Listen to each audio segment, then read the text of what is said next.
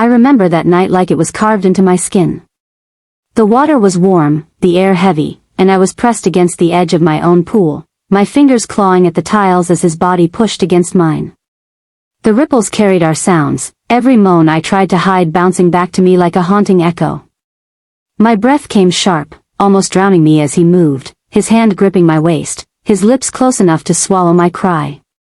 I shouldn't have been there, my body knew it, my mind screamed it, but my heart, my flesh, my ache, they betrayed me.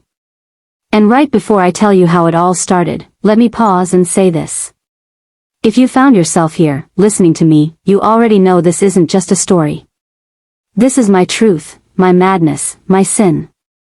So do me one favor, subscribe to this channel, like this video, and share it. Because if I'm going to bear myself like this, I need to know my voice isn't echoing into silence. Now, let me take you back.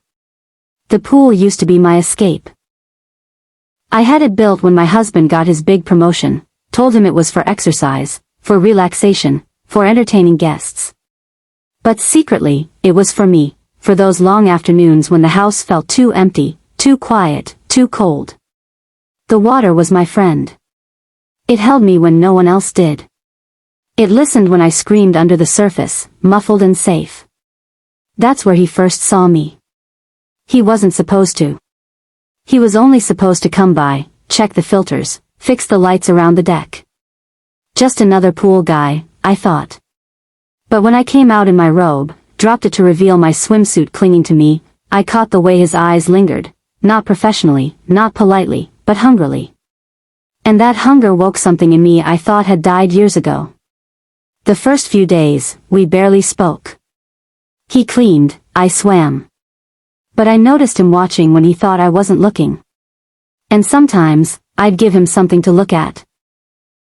A slow stretch, a longer swim, water dripping down the curve of my back when I climbed out. It was dangerous. I knew it. But the danger only fed me.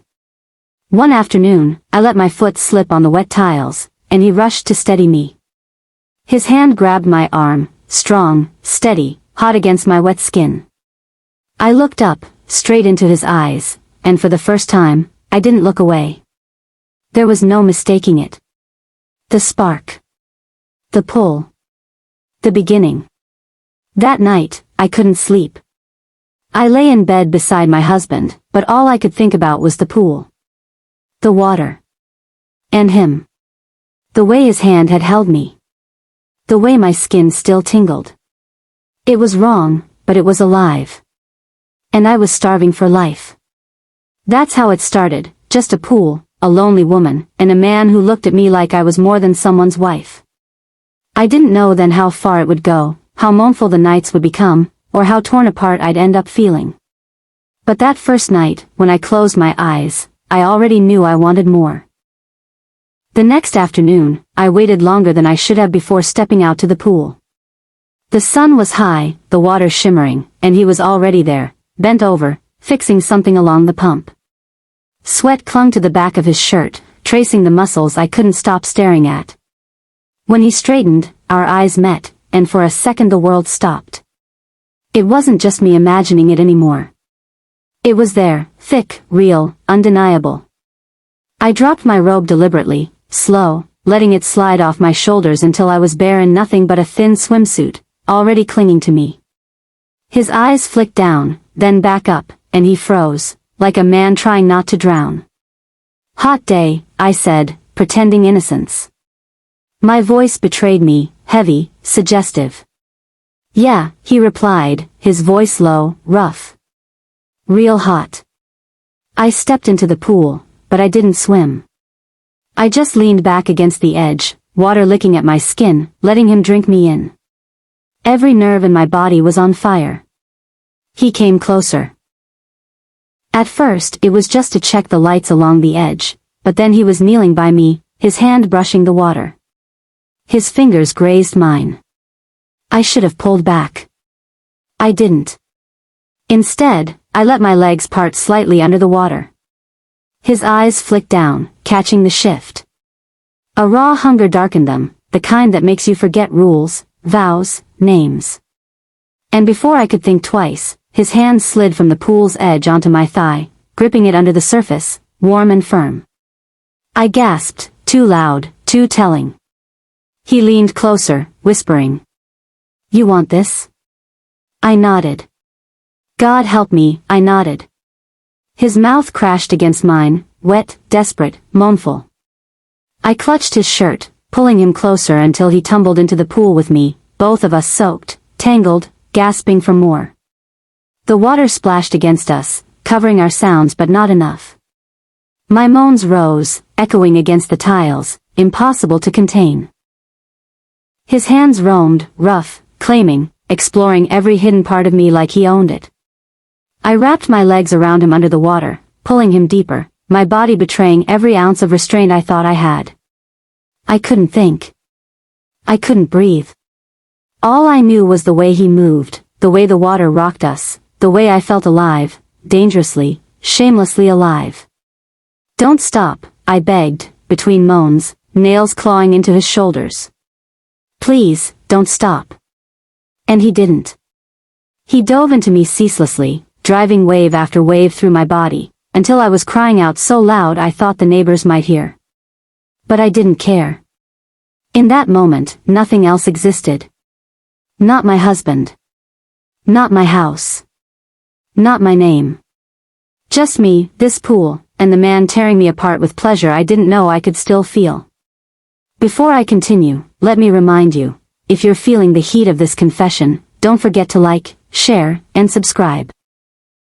Because this is only the beginning, and I promise you, it gets even deeper.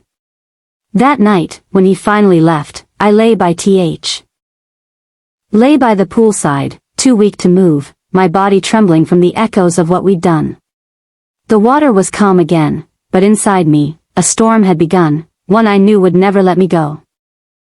The next days blurred.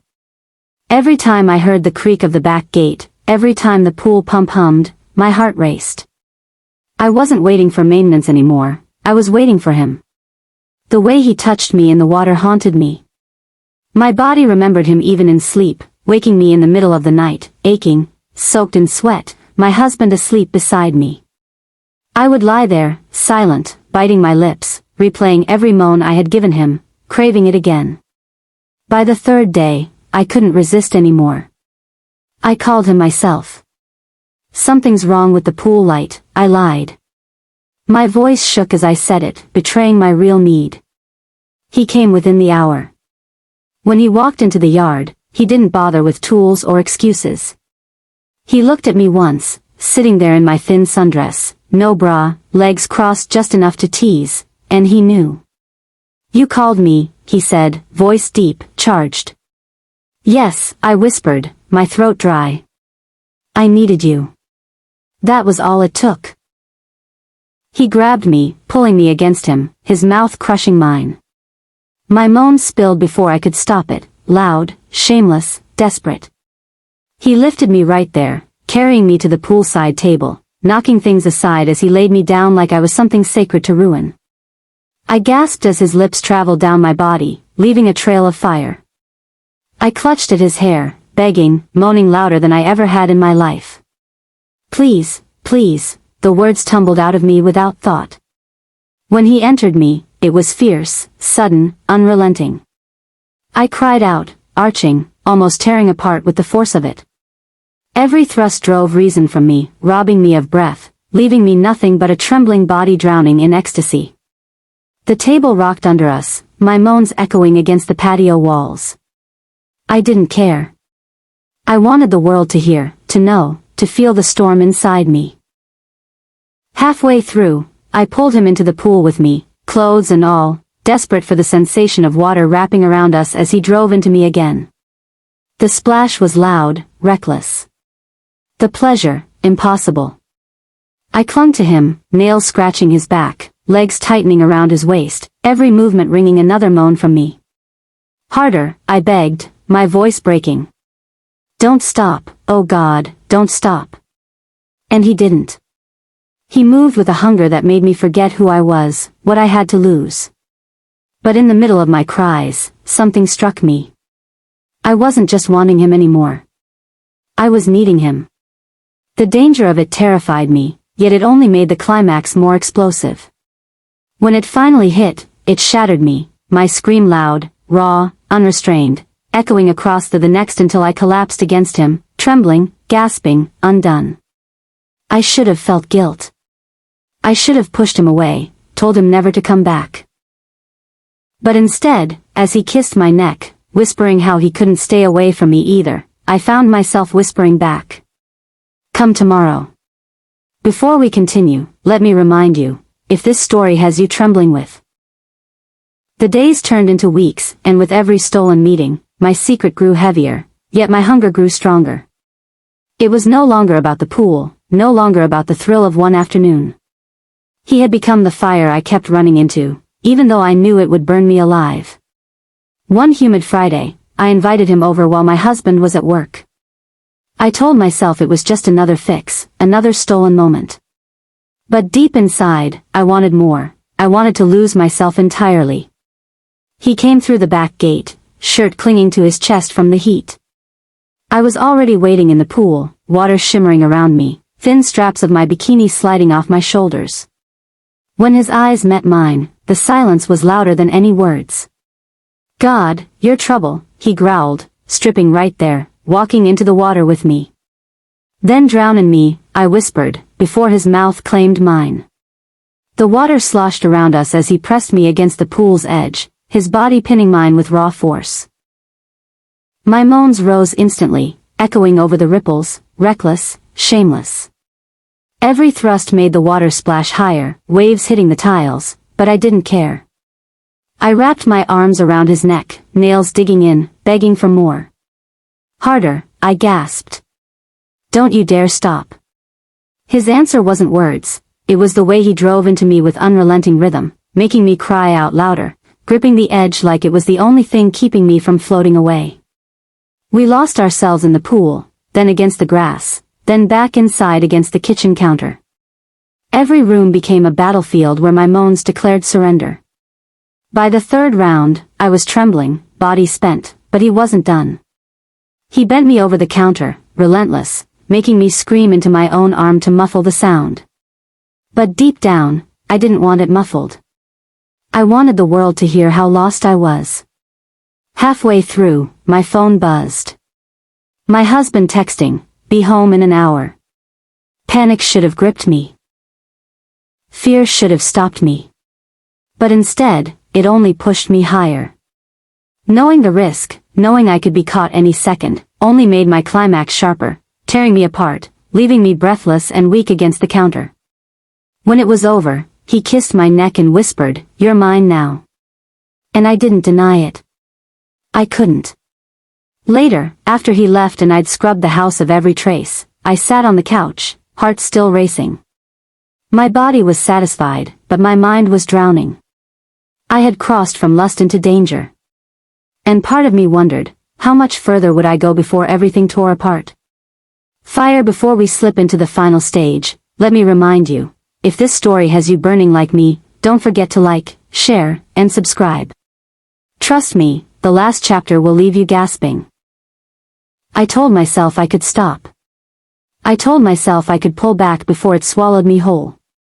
But when desire takes root in your bones, it doesn't let go, it drags you deeper. And that's exactly what he did to me. It was a stormy night when I called him over.